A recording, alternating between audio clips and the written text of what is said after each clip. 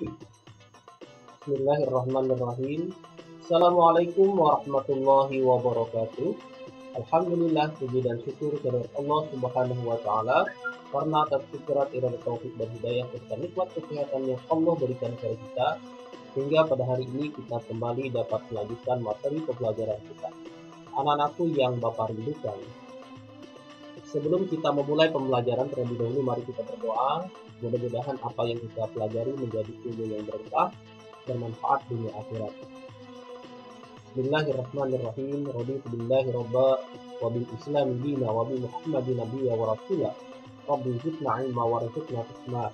Rabbana yassir wa la tu'assir rabbana tamil khair. Amin ya rabbal alamin. Anak-anakku yang berbahagia, hari ini kita akan membahas bab yang ke-11, menelusuri tradisi Islam di Nusantara. Silahkan kalian buka buku elektronik di halaman 288. Di koper bab ke-11 ini ada gambar seorang bapak dalang yang sedang melakukan wayang, kemudian seorang kaligrafer, kemudian ada gambar menara dan pusat masjid. Ini menunjukkan materi yang akan kita bahas, yakni tradisi Islam di Nusantara. Oke anak-anakku yang Bapak rindukan, kita akan bahas satu persatu. Yang pertama adalah tradisi Nusantara sebelum Islam datang.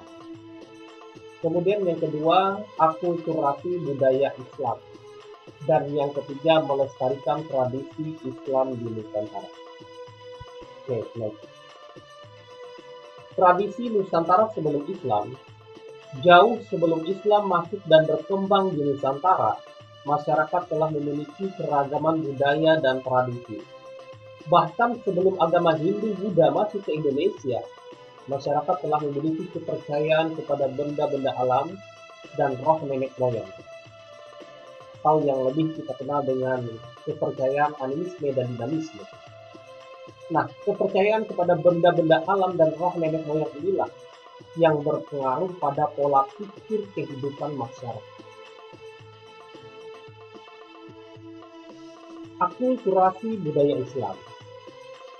Akulturasi merupakan proses percampuran antara unsur kebudayaan yang satu dengan kebudayaan yang lain, sehingga terbentuk kebudayaan yang baru tanpa menghilangkan sama sekali ciri khas masing-masing kebudayaan yang lama. Nah, kedatangan ajaran Islam di Nusantara juga mengalami proses akulturasi, percampuran, perpaduan dengan budaya Nusantara pada saat itu. Islam sesungguhnya membuka diri terhadap budaya-budaya dari luar Islam. Islam mempersilahkan siapapun untuk berpendapat, mengungkapkan ide dan gagasan, atau menciptakan budaya-budaya tertentu, asalkan sesuai dengan prinsip-prinsip sebagai berikut. Nah, ada 3 prinsip yang dipegang oleh para ulama pada saat itu, pada saat melakukan akulturasi budaya. Yang pertama, tidak melanggar ketentuan hukum halal haram. Mau tradisi budaya apapun, selama tidak bertentangan dengan ketentuan hukum halal haram, maka boleh. Ini yang dilakukan oleh para ulama. Kemudian yang kedua, mendatangkan maslahat atau kebaikan dan tidak menimbulkan mudarat atau kerusakan. Nah, jadi ini yang diperhatikan. Selama tradisi atau budaya itu mendatangkan kemaslahatan kebaikan, maka monggo. Ya. Kemudian yang ketiga, sesuai dengan prinsip al-wala, kecintaan hanya kepada Allah Subhanahu wa taala. Dan apa saja yang dicintai Allah Subhanahu wa taala, dan al-bara', berlepas diri dan membenci dari apa saja yang dibenci oleh Allah Subhanahu wa taala. Nah, 3 prinsip inilah yang dipegang oleh para ulama dalam meleburkan budaya Islam dengan tradisi Nusantara pada saat itu. Sehingga tidak ada satupun menurut para ulama tradisi yang dicampurkan dengan budaya Nusantara yang bertentangan dengan nilai-nilai konsep ajaran agama Islam. Oke, next. seni budaya Nusantara yang telah mendapat pengaruh Islam. Semenjak kedatangan Islam, maka sedikit banyak berpengaruh terhadap tradisi Nusantara pada saat itu. Misalnya dalam pemberian nama bulan dan hari.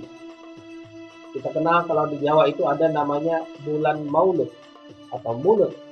Itu berasal dari Arab yang dulu diambil dari Rabiul Awal, yakni hari bulan Rasulullah Shallallahu Alaihi Wasallam dilahirkan. Maka mereka menyebutnya dengan Mulud. Bahkan nama-nama hari mulai dari Ahad, Senin, Selasa, Rabu, Kamis, Jumat, dan Sabtu itu semua dari pengaruh bahasa Arab. Ahad itu berasal dari bahasa Arab artinya Sabtu. Sekarang diganti dengan namanya Minggu. Artinya hari pertama. Isnain, Senin, hari kedua. Selasa, hari ketiga. Raba, hari keempat. Rabu, Samsun, 5. Kamis, hari kelima. Jumat, hari agung, hari besar. Kemudian Sabtu, Sabon, hari Sabtu. Ini dari bahasa Arab. Kemudian yang kedua adalah seni bangunan masjid. Nah, arsitek yang berbeda dengan masjid di Arab. Ini semua adalah akulturasi antara budaya Nusantara dengan Islam. Jadi masjid yang dibangun tidak sama dengan masjid yang dibangun di Arab. Karena ini ada dua pengaruh budaya yang melebur antara arsitek dari Arab dan arsitek Nusantara. Kemudian banyak juga ornamen-ornamen yang lainnya, seperti di Kalimantan ada Masjid Darussalam yang arsiteknya lebih banyak kepada khas dari suku Dayak. Oke. Selanjutnya seni ukir dan kaligrafi. Ini juga sangat mempengaruhi terhadap seni dan budaya yang ada di Nusantara.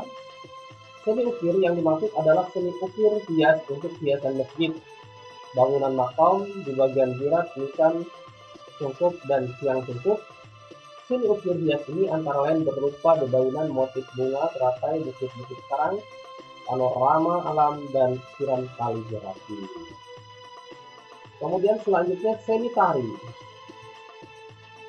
Adanya tari Japing, Hadrah, Saudati, dan lain-lain yang semuanya itu berasal dari budaya Islam, ya, yang dipadukan dengan tarian-tarian Nusantara.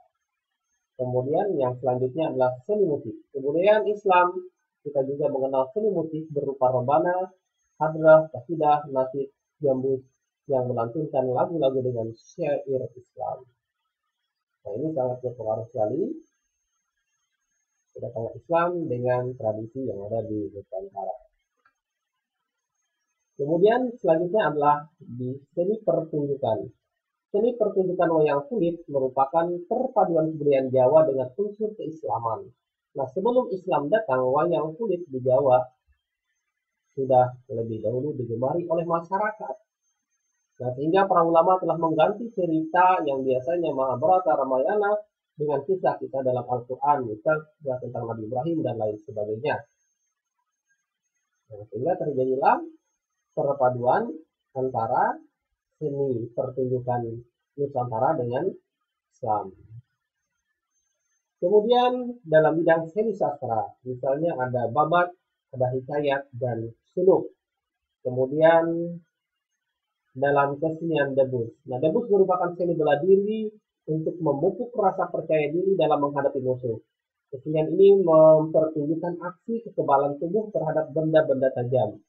Filosofi dari kesenian ini adalah kepasrahan kepada Allah Subhanahu wa taala yang menyebabkan mereka kekuatan untuk menghadapi bahaya. Nah, zaman dulu debus ini disematkan sekali dalam rangka untuk menanamkan semangat jihad kepada masyarakat dalam menghadapi musuh yang dianggap berbahaya. Selanjutnya, melestarikan tradisi Islam di Nusantara. Tradisi adalah kebiasaan atau adat istiadat yang dilakukan secara turun-temurun oleh masyarakat. Sebagaimana diketahui bahwa sebelum Islam datang, masyarakat Nusantara sudah mengenal berbagai kepercayaan dan memiliki beragam tradisi lokal. Melalui kehadiran Islam, maka kepercayaan dan tradisi di Nusantara tersebut membaur dan dipengaruhi oleh nilai-nilai Islam. Nah, beberapa tradisi Islam tersebut di Nusantara yang dipengaruhi oleh Islam adalah yang pertama adalah halal bihalal. Halal bihalal ini adalah tradisi, bukan kewajiban, yakni masyarakat yang biasa berkumpul untuk saling melakukan maaf memaafkan, dan ini dibudayakan di Nusantara karena dianggap positif, dianggap baik, dan tidak ada hal yang mudaratnya. Maka ini terus dipelihara sampai sekarang. Biasanya kita setelah hari raya Idul Fitri, kita akan melakukan yang namanya halal bihalal, saling memaafkan, berkumpul di suatu tempat untuk mengadakan acara tersebut. Kemudian yang kedua adalah tradisi kupatan atau hari raya ketupat. Nah, di masyarakat kita, dan ini terus dipelihara walaupun tidak ada di dalam ajaran agama Islam. Tapi karena tradisi ini baik dan tidak ada mudaratnya, maka para ulama memperbolehkan memelihara tradisi ini. Jadi tidak semua hal yang tidak ada di dalam ajaran agama Islam itu adalah bid'ah. Itu ada pemikiran yang salah. Di dalam hal tradisi, walaupun tidak ada di dalam ajaran agama Islam, tidak ada dalam Al-Quran dan hadis, tetapi selama itu baik dan bermanfaat, maka itu boleh. Inilah yang dipegang oleh para ulama pada saat itu. Ya, kemudian saketan, maulid Nabi. Nah, pada awalnya maulid Nabi ini dilakukan untuk mengenang jasa para wali songo, dan saat ini para ulama melaksanakan maulid Nabi untuk mengenang sejarah Nabi Muhammad Shallallahu Alaihi Wasallam sebagai rasa ungkapan cinta kepada Rasulullah Shallallahu Alaihi Wasallam. Dan ini di zaman Nabi memang tidak pernah diperingati. Tapi menurut para ulama, karena ini baik untuk membangun kecintaan kita, meskipun tidak ada di dalam contohnya dilakukan oleh Nabi, karena nggak mungkin Nabi memperingati maulid dirinya sendiri kan, dan para sahabat. Nah, maka ini boleh, karena ini tidak ada merugikan orang lain, malahkan ini mengandung nilai-nilai positif dan bisa menumbuhkan kecintaan kita terhadap Rasulullah Shallallahu Alaihi Wasallam. Kemudian yang keempat adalah tradisi grebek pada 1 Syawal, yakni dengan mengiringi para raja seperti pawai untuk menghormati bulan Ramadan. Nah, ini biasa di masyarakat Jawa ya. Kemudian tabut atau tabuik, upacara tradisional masyarakat untuk mengenang kisah kepahlawanan dan kematian Hasan dan Husain bin Ali bin Abi Thalib, cucu Rasulullah Shallallahu Alaihi Wasallam yang meninggal di padang Karbala. Nah, ini ada yang memperingati ini karena dianggap tidak menimbulkan mudarat, maka diperbolehkan saja ya. Walaupun ada sebagian tidak mau melakukan ini. Nah, namun sebagian besar warga masyarakat kita, terutama di kalangan Nahdliyin, itu untuk memperingati Hasan dan Husain ini biasanya dilaksanakan dengan membuat bubur Asyura. Dan ini bubur Asyura dibuat kemudian dibakar secara bersama-sama, memperingati hari Asyura. Dan ini menurut para ulama adalah tradisi yang boleh saja untuk dijaga dan dipelihara dan dilestarikan karena tidak ada unsur syiriknya. Nah, jadi kan para ulama memegang pada 3 prinsip. Selama tradisi itu tidak bertentangan dengan ajaran agama Islam, maka tradisi itulah boleh dilaksanakan. Bahkan ada tradisi yang sampai saat ini kita kenal dengan acara 1 hari, 2 hari, 3 hari, sampai dengan 100 hari, itu pun tidak ada di dalam ajaran agama Islam. Tapi tradisi itu dianggap oleh para ulama adalah tradisi yang sangat bagus sekali. Kita kumpul-kumpul, punya rezeki, kasih makan orang lain, doakan orang yang sudah meninggal dunia. Nah, itu boleh. tapi itu bukan kewajiban. Jadi jangan disalahpahami bahwa acara 1 hari, 2 hari, 3 hari, 7 hari, 25 hari, 40 hari itu adalah kewajiban. Itu bukan kewajiban. Tapi kalau kita punya uang yang berlebih untuk mengumpulkan orang, memberi kasih makan orang, untuk mendoakan keluarga kita yang sudah meninggal dunia, maka itu sangat baik. Oke, anak-anakku yang berbahagia, demikian yang dapat Bapak sampaikan. Terima kasih. Kalau ada hal yang ingin ditanyakan, silakan dipertanyakan. Assalamualaikum warahmatullahi wabarakatuh.